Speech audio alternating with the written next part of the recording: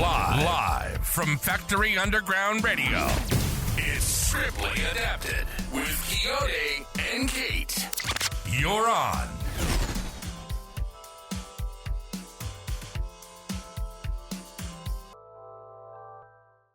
Yes, y'all. Welcome to welcome to Strictly Adapted on Factory Underground Radio. I am your boy, Kayode, joined by, guess what? I'm back. Kate's in the house. Kate, what's happening, Kate? Hey, what's going on? I know you guys missed me, and that's what I was told. But also, it would have been it's episode 23. That's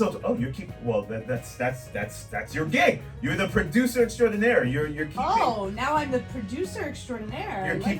You're keeping up with the episode numbers, which is a good thing because I definitely forgot that for a second. Yeah. Definitely forgot that. No, there are shows that I'm watching. I don't know what's going on with you, but I have been indulging in a couple of shows at the same time.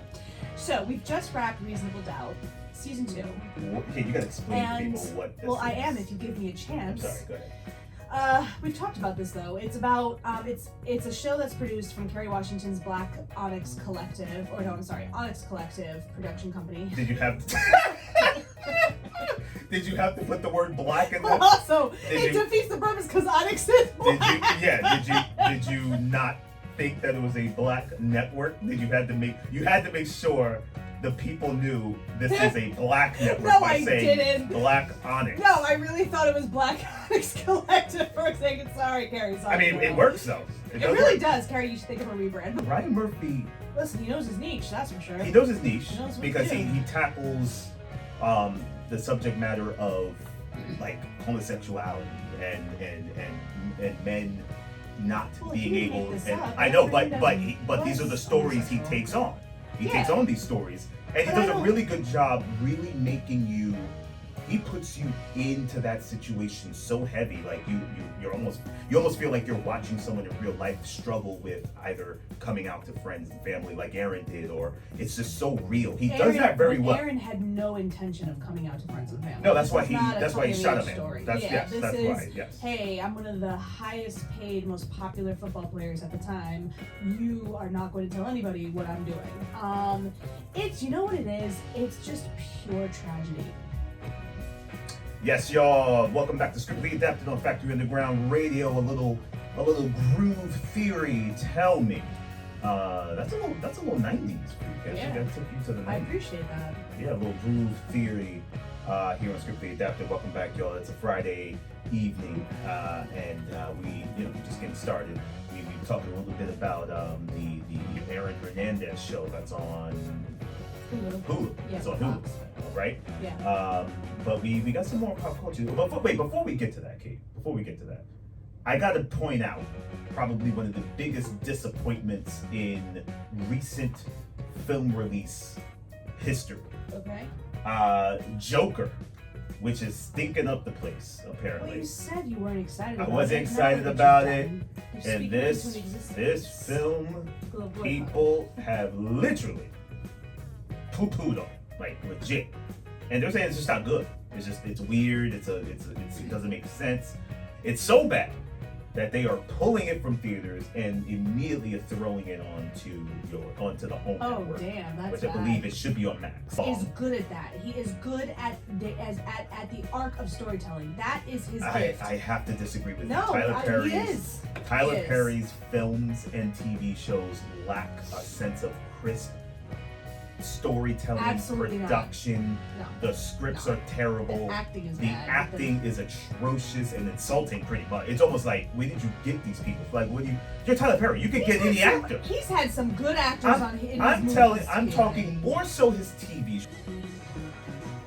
Yes, y'all. Welcome back to Strictly Adapted on Factory Underground Radio. Lil Whitney Houston, I'm Your Baby Tonight.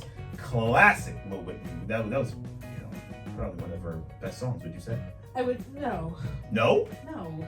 I'm Your Baby Tonight. You would say was I want to dance with somebody. That's my favorite. So you're saying that would trump over this? Oh, interesting.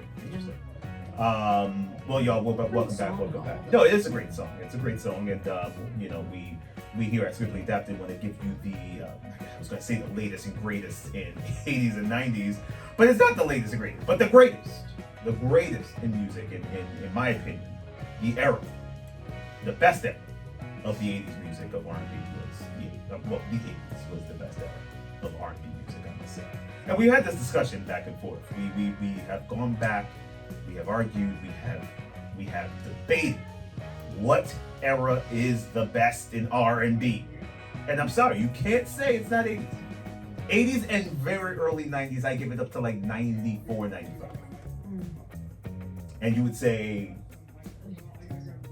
Kate, I'm about to cancel you from the show. This is ridiculous. Early 2000s? Yeah.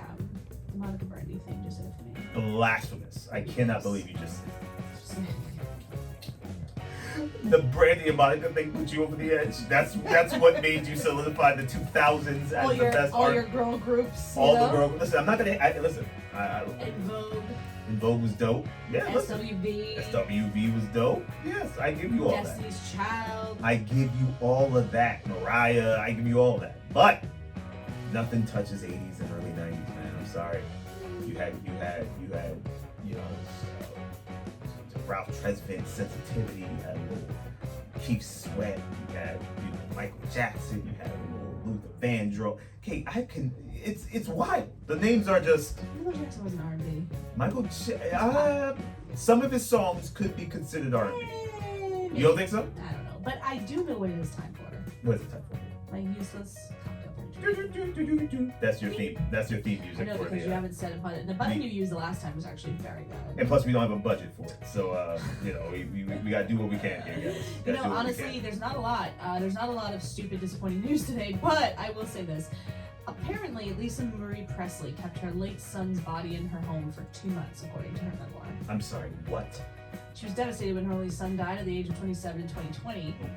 And she kept his body in the house? Kept in the house with us instead of keeping him at the morgue. They told us that if we could tend to the body, we could have him at home, so she kept him in our house for a while on dry ice. We used tapes of her mother sharing her memories to finish the book. It was really important for my mom to have ample time to say goodbye to him, the same way she'd done with her dad, and I would go and sit in there with him. That is creepy as all heck. I can't. How do you sleep at night knowing that in the next room over, on ice, as if he's like a pork chop? Like how do you rationalize that that's okay? Madness, can we talk about the one show we have not mentioned that we just finished last night? Yes, we can. Okay, go ahead and start us off. Love is Blind, John. Love. Season 7 finale. Love is Blind. We went from, let me just put it to you like this. We went from, what was it, 6 couples? Technically 7 because one of them didn't even make it to Mexico, right? We wound down. A couple of them didn't make it to Mexico, right? No. Oh, was this one? Yeah. We wound down to 2, y'all. Rough. 2 weddings. 2! Rough. I watched 12 episodes of Love is Blind to get 2 weddings? That's what y'all are doing to me? 12 really? episodes? Jeez. Is that what you mean? First film came out in 1996. The opening scene of that is just mega classic. It's classic. Yeah. You got the popcorn popping. You got Drew Barrymore screaming for her life, running. You think she's going to get away. No. You think she's going to get away. She's on the phone with her parents drive up. Your girl is gutted like a salmon at a sushi spot. Prepared. We did. We were like, listen, we got to bring you some shows that are hot right now. People are talking about them. And Kate, what do you think? Well, are people talking about them? You're giving me the face of as if I'm saying something wrong. I think we're talking about them, but I don't know. We're talking about. I mean, Bel Air. It's season what? 3? This is season 3 of Bel Air. Yes, not you're too right. bad. On Peacock. I mean, On Peacock. It's gotten better. Acting is not as trash as it was in the beginning. Now, this was a show that you really went in on the acting. Like you were. No, it was terrible. You were calling out names. It was awful. Like people were hitting us up. Like Kate needs to relax because Yeah, she is threatening people on the show of how bad their acting is. I was not. Well, anyway. It was yes, bad. yes. But anyway, it's gotten significantly better. Here's my biggest gripe with the show. Okay, you tell me. Here's my biggest gripe. Everybody in the show is beautiful. Everybody looks good. Shape ups are tight. Will Ferrell or Adam Sandler? Oh, Adam Sandler. Come on, man. That's simple. Will Ferrell, he's not funny, but he's not funnier than Adam Sandler. Yeah, I'm gonna have to. Do not disagree with you. Yeah, I'm on gonna have to that. disagree Are hard you on that. serious? I think Will Ferrell is funnier than Adam No, Sandler. you are insane. I think Why? I Because think it's Elf? funny. No. You think he's funny in Elf? No, actually, I've never really seen Elf. I never to tell did you the either. truth. I don't But get no, it. Adam Sandler to me has never been that funny. You're I can't crazy. name you anything Adam Sandler has done Kayode. that I have out loud laughed Oh, come my on. entire no. The But I Murder can Mystery Show. but I can name you a bunch of Will Ferrell stuff. Of Will Ferrell stuff. I can name you a bunch of that. Absolutely not. What's good, everybody? This is Scriptly Adapted on Factory Underground Radio. Little Bobby Brown, every little step. It's Friday. We're winding down, man. This is a wrap for our show today. We brought you a lot. Hopefully, you get to it. I mean, there's a lot. There's a ton of content now. I mean, I just don't know where to start. I know. There's stuff I haven't even watched yet. And now we're like double fisting when it comes to shows. It's just Can you I can't believe- do two shows at more than two shows at once. And We're doing a lot right now. And can you Technically doing believe 4. I haven't watched The Penguin yet? The Penguin show that's on I can't. I'm Max. very disappointed. I got to get into it. I'm going to get into it. You know this time possibly. But this is the time where we bring you and where we highlight our artist of the month. Usually obviously someone in the R&B world who's paved the way for, I guess, the artist of today. But this one specifically, who we've been bringing you for the last couple weeks, Jody Watley. And this song that we bring you today is Real Love. Kate, Yes. what you got on Jody Watley and Real Love? Real Love is a song by American singer Jody Watley from her second studio album, Larger Than Life. The single reached the #1 spot on the US Billboard Hot Black Singles and Dance Club Play charts. I don't know why the US Billboard Hot Black Singles thing gets me. Is that still a every time. thing? I don't know, but every time it shows up, it cracks me up. On the US Billboard Hot 100, Real Love peaked at #2 for 2 weeks in May 1989. The song was also nominated for a Soul Train Music Award for Best Female Single. Y'all, listen, this is Jody Watley. Before we go, y'all, thank you for joining us here at Scriptly Adapted on Factory Underground Radio. I gotta teach Kate radio etiquette as she keeps knocking into the mics as I'm speaking. Party foul. Party. Good God, Kate, foul. what am I gonna do with you? Things are very sensitive around. What am I gonna do with you? I don't know. It is true. Every mic is sensitive. You basically can't move. I can't breathe. You can't breathe. If I have to will yawn, I have to go around the mic. Yes, you have to go around the mic. Yes, y'all. But listen, join us every Friday. When we Except bring next you. week, we won't be here. What's next week? Why won't we read? Hey, why would you bring that up on the air before? Why would you distract me before I'm ending the show? Like, why would you tell me we're not going to be here? Don't worry, we're gonna cut this part out. Don't you No, we're not going to cut this part out. It's live. But anyway, as I'm closing the show for the third time, thank you for joining us on this Friday. It's like Frodo with the damn ring. Just do it already. You're stepping over me. Thank you for joining us, y'all. This is Scriptly Adapted. Continue following our socials on Instagram, IG, Facebook, YouTube, our website, scriptlyadapted.com. But until next time, y'all, this is Jody Watley, Real Love. This is Factory Underground. This is Scriptly Adapted on Factory Underground Radio. Until next time, later.